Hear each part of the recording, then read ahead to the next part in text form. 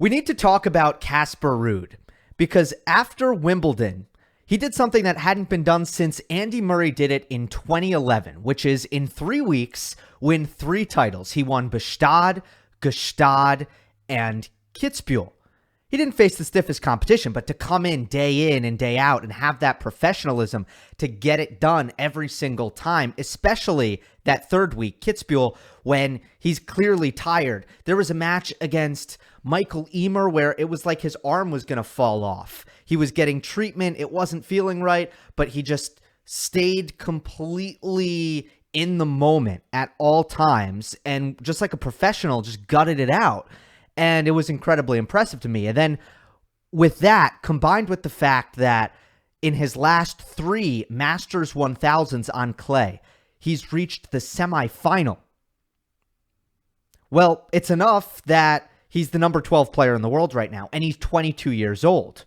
And players in the top 15 at that age generally have this incredible amount of hype around them. And people talk about how they're the future and how they're going to win slams or do big things and be top 5 or future world number 1. Well, why isn't anyone saying that about Casper Ruud? It's not necessarily that people are missing something. It's partially his fault. And we're going to talk about what's missing with Casper Ruud and also what are the great things about his game that have propelled him to the success that I just rattled off. First, let's thank the sponsors. As always, this video is brought to you by Rally Tennis. Rally Tennis is a new mobile app that makes it easy to play tennis in your area, whether you want to compete or just train. Creating an account is free. Just head over to rallytennis.com or search for Rally Tennis in the App Store. And if you sign up and use me as the referrer, you'll get $10 towards your account. Casper Ruud.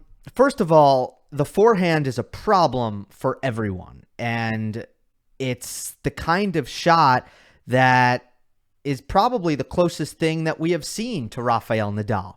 Alex Gruskin is someone who has been hammering this home that Ruud is kind of like the righty version of Nadal, stylistically speaking. And I think it's pretty true. Of course, Ruud trains at the Rafael Nadal Academy. He grew up with Christian Ruud, a former pro, mentoring him and basically telling him exactly what it's going to take to reach the highest levels of the professional tour. So he has been groomed in the best way possible.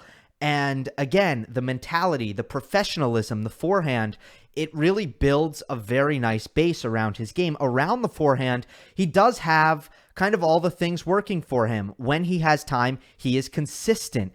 His fitness has gotten better and better. That is now a strong part of his game. The serve is at certainly a high enough level to have major success at the top of the men's game, although it's not going to be a weapon. It's good enough. So there are a lot of things going for him. He's 22 and he's done all this. Here's what's missing. First of all, success at Roland Garros. He's never been past the 3rd round.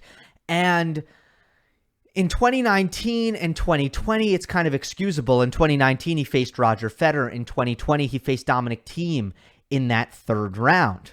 And he didn't really put up a very good fight in either match. But again, he can be forgiven for facing the quality of opponents that he had to face. But then he did something key in 2021, which is that he got his seeding up into the top 16, which ensured that he would not have to face a high seed in the 3rd round. He got Alejandro Davidovich Fokina in the 3rd round at Roland Garros, and he wilted in that match. It was a long, tough, grueling 5-setter, but ultimately, and he won more total points than ADF, but ultimately when the pressure was on, he couldn't muster his best tennis, and his opponent looked like the more confident player on the court, and that wasn't even a discussion. ADF looked swagalicious, and he looked like he was ready to take this thing, and Ruud just looked timid, and he looked nervous, and he looked tight. And that has been the common theme here. Not only have the Roland Garros results not been enough for people to really take Ruud as seriously as his results elsewhere would suggest as far as being a threat on the clay court major, but also off clay. Not only has he not really had success, but he has been nearly silent. Now, it looked like off the heels of his back-to-back-to-back titles that maybe he was going to have a newfound level of confidence that was going to be enough to propel him to get really, really big results on the hard courts. And in Canada, we saw a little bit of that because against top 50 opponents on hard courts, Ruud came into Canada with 3 wins and 15 losses. And the good news for Ruud is in Toronto, he beat Marin Cilic and Dusan Lajovic, giving him 2 top 50 win on hard courts for the first time since the 2020 ATP Cup to get 2 of those in one tournament. But then he plays Stefanos Tsitsipas and loses the first set 6-1 and plays better in the second set but loses 6-4. And you see the same things. He comes out of the gate.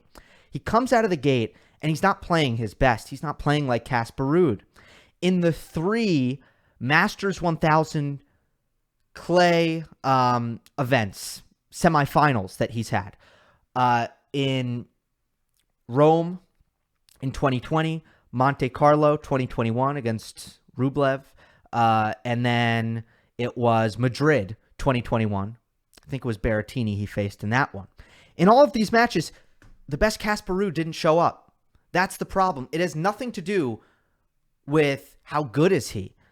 But why aren't we seeing the best Casper Ruud show up in the biggest matches against the best opponents?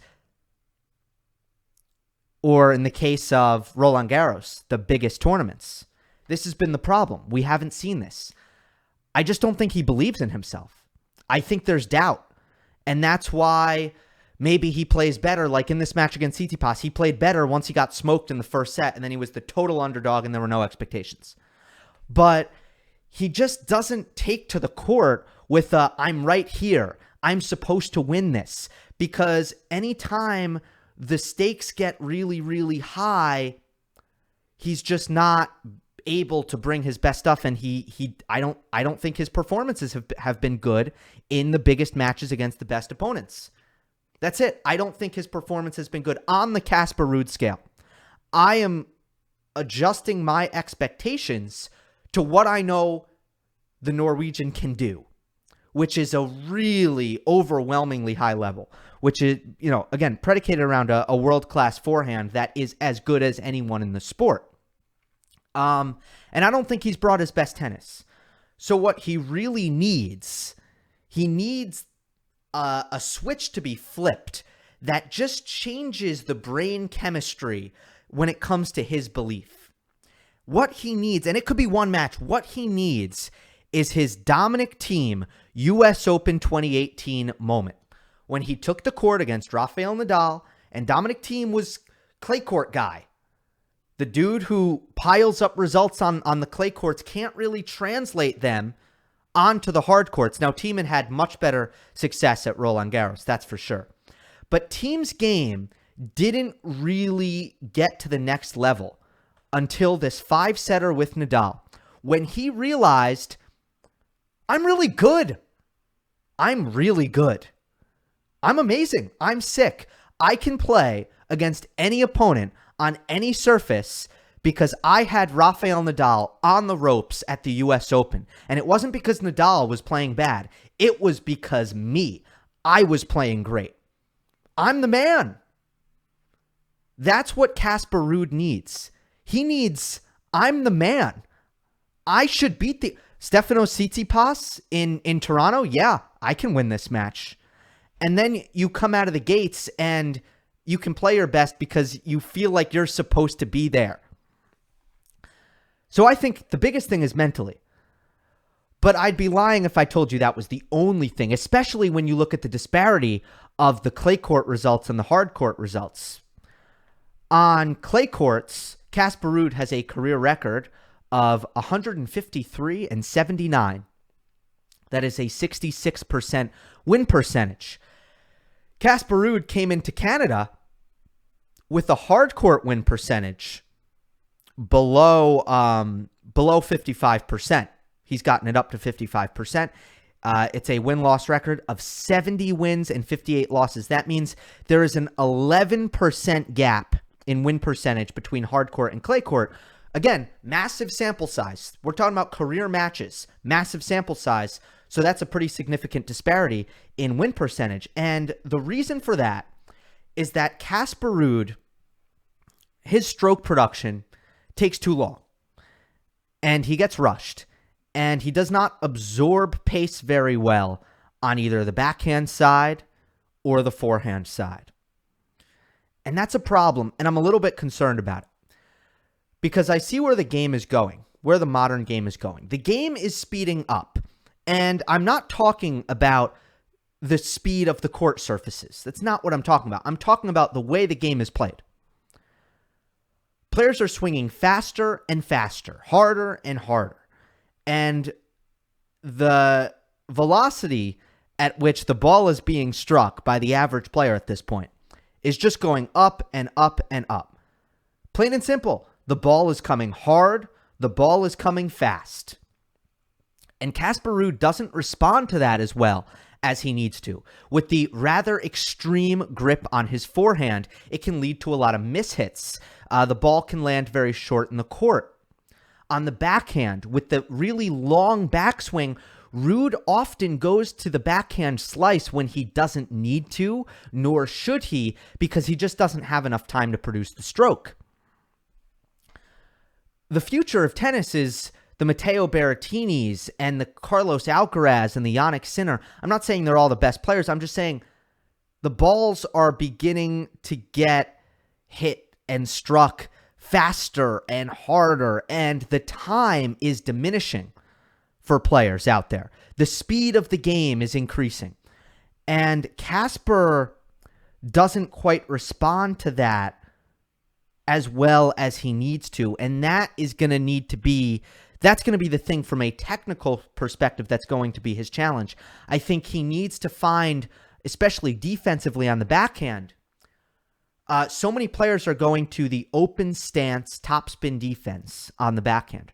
Ruud doesn't really have that yet. He needs it. He's going to need it. It's where the game is going. The game is going that direction because you no longer really have time to, you don't really have time to get to the ball anymore and bring that right leg across. And if you slice it, guys are generating so much pace that it's not effective defense. So that's one area. I think Ruud goes to the slice on defense too easily. You got to figure out a way to hit topspin there. And the errors and the power, it's all sapped when you take his time away. That is why against lower level competition on clay, he is deadly because he has that extra time. And when Casper Ruud has time on the forehand, he's as good as anyone. Anyone. He is on the level of Rafael Nadal. He is on the level of Dominic Thiem. He is on the level of Matteo Berrettini. And he moves well. And he serves pretty well. And he is fit. And he is consistent. Boom. It is such an intriguing package. And I want to end on this. Casper Ruud's got one of the best personalities on tour. If he can pull this thing together, and if he can first fix the mental and then get a little bit better on the technical side by just not needing as much time in his stroke production, if he can do those two things, he has the potential to be a very popular player because it flies under the radar. And Casper Ruud is not someone who really seeks out attention. But if you watch an interview of his, I'd be very surprised if you don't like the man. He's got a good personality. And we saw it a little bit after his match against Cilic where he wrote on the camera, hard court, smiley face. It's little things like this. Again, he's not an attention getter, but he's extremely likable. He gives some of the best interviews on tour. If he can start to win, he's 22 years old. He's doing these amazing things on clay. He just needs to win those big matches, biggest events, best opponents. And he's almost there. He just needs that moment where the switch is flipped and he believes. And I think he's going to do huge things on clay. And then I think the technical stuff, that is when he can open up the doors for him to do things to do big things off clay. But we already see that improving. That's my overview, my synopsis on where Casper Ruud's career is at as we stand. Hope you enjoyed. Don't forget to subscribe. I'll see you next time.